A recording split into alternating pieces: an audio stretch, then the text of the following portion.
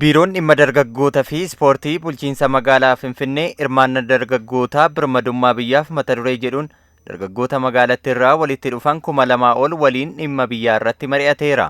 Hoogganaan biiroo dhimma dargaggootaa fi ispoortii bulchiinsa magaalaa Finfinnee obbo Abrahaam Taaddasaa dargaggoonni gurmaa'uun mirgaa fi fayyadamummaa isaanii mirkaneessuuf sochii taasisuu qabu jedhaniiru. Dargaggoonni nageenyaa magaalaa kabachiisuu fi eegsisuu keessatti gahee olaanaa ba'aa akka turanii fi kanas cimsanii itti fufuu qabu jedhan.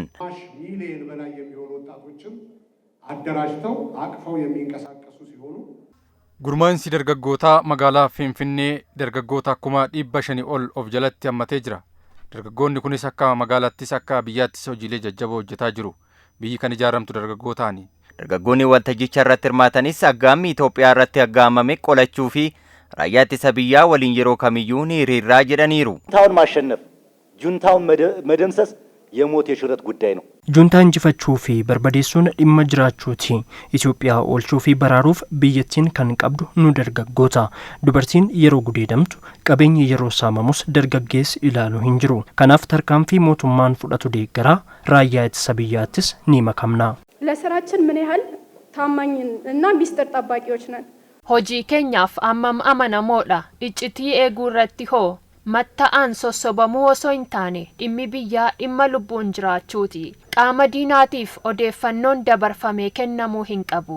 Kanarratti of ilaaluu qabna. Juntaan oduu sobaa fi qaawwaa keenya ilaaleeti kan nu miidhaa jiru. Maallaqni nu dogoggorsuu hin qabu.